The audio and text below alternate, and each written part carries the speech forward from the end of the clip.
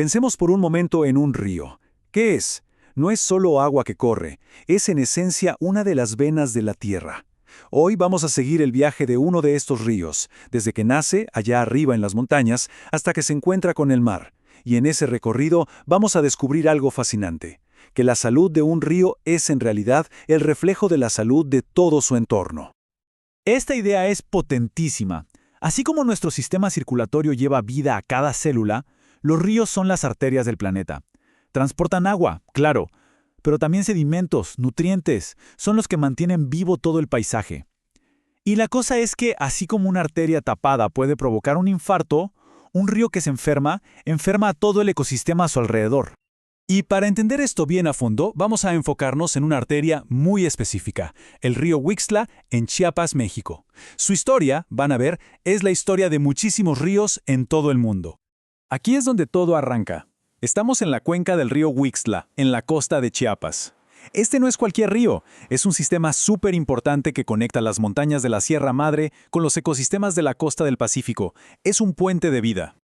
Ok, para poder entender lo que se ha perdido, primero tenemos que ver cómo luce un río sano, un río en su estado casi ideal, sin alteraciones. Y para eso, nuestro punto de partida es el sitio S1. Este es el tramo con la mejor calificación de todo el estudio. Quédense con esta imagen porque va a ser nuestro punto de referencia. Miren esto. Esto es un río en plenitud.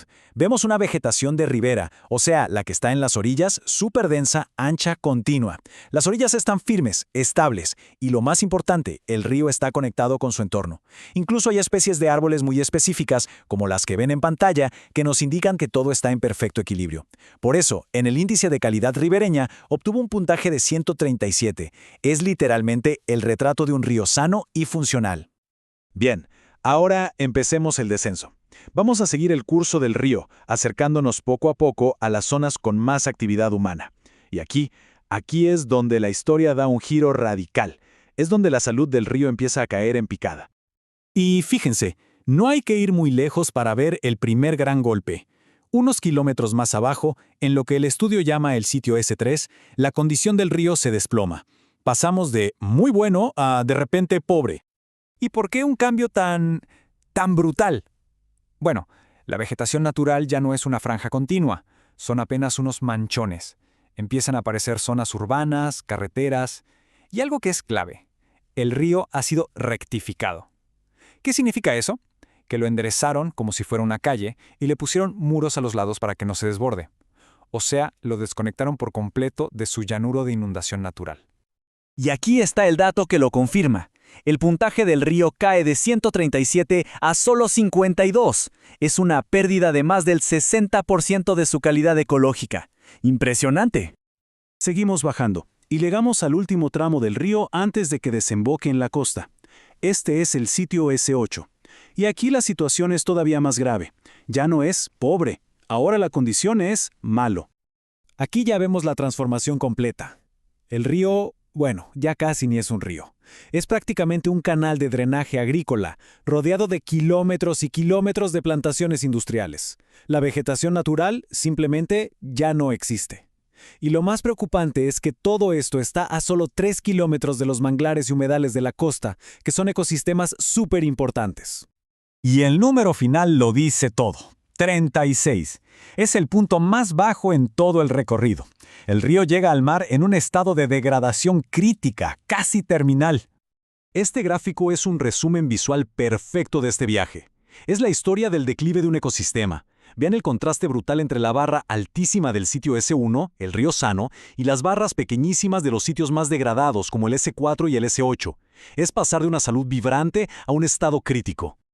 Pero la historia no acaba aquí, porque lo que le pasa al río no se queda en el río. Ahora vamos a ver cómo la enfermedad de esta arteria terrestre está afectando a uno de los ecosistemas más valiosos del planeta. Para entender esa conexión, hay que hablar de algo llamado carbono azul. Es, básicamente, el carbono que los ecosistemas de la costa, como los manglares, absorben de la atmósfera y guardan. Y no guardan poco, ¿eh? Son verdaderas superpotencias contra el cambio climático. Pueden almacenar hasta 5 veces más carbono que un bosque tropical del mismo tamaño. ¡Una locura! Y aquí los tienen. Estos son los manglares de la costa de Chiapas, el destino final de toda el agua que trae el río Huixla. Y ojo, no son cualquier manglar. Estos son de los más altos y desarrollados de todo el Pacífico mexicano. Son, de verdad, un tesoro ecológico mundial. Entonces, aquí está el nudo de todo el asunto. El río enfermo está envenenando a los manglares. Toda la tierra que se erosiona en la parte alta por la deforestación baja con el río y termina ahogando las lagunas de la costa. Y como el río está canalizado, actúa como una autopista directa para que todos los contaminantes, como los de un ingenio azucarero que hay en la zona, lleguen directito y sin filtro a estos ecosistemas tan frágiles. Y claro, esta degradación tiene un costo. Y no es solo un costo ecológico, es un costo que afecta directamente la estabilidad del clima de todo el planeta. Vamos a ver los números. Este número es increíble. 938 toneladas de carbono por hectárea. Esa es la cantidad de carbono que en promedio está almacenada en los manglares de Chiapas. Cuando estos ecosistemas se dañan, todo ese carbono no se queda ahí, se libera de nuevo a la atmósfera y se convierte en un acelerador más del cambio climático. Pero lo que se pierde va mucho más allá del carbono.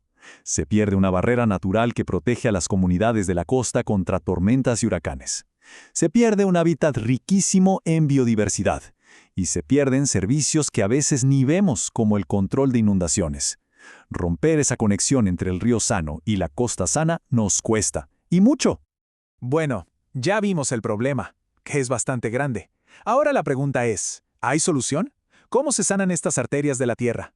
Entremos al desafío de la restauración. Y esto es importantísimo entenderlo. La verdadera restauración, la que llaman restauración pasiva, no se trata de construir más cosas. Al contrario, se trata de quitar los obstáculos, quitar los muros, detener la contaminación y dejar que el río, con sus propios procesos naturales, se cure a sí mismo. Cuando eso no es del todo posible, se usa la rehabilitación activa, que es como darle una pequeña ayuda a la naturaleza para que se recupere. Y esta cita lo resume a la perfección. Restaurar un río no es un proyecto de ingeniería para arreglarlo o ponerle jardincitos. No es ponerle un maquillaje verde para que se vea bonito. Se trata de algo mucho más profundo, devolverle sus procesos, su dinámica, su libertad. Así que terminamos con esta pregunta, que es la que de verdad importa. La salud de nuestros paisajes, la seguridad de nuestras costas, la lucha contra el cambio climático. Todo depende en gran medida de la salud de estas arterias de la Tierra. Y la ciencia nos dice que la mejor manera de sanarlas es quizás la más simple: quitarnos de su camino. ¿Estamos listos para darles a los ríos el espacio y la libertad que necesitan para volver a vivir?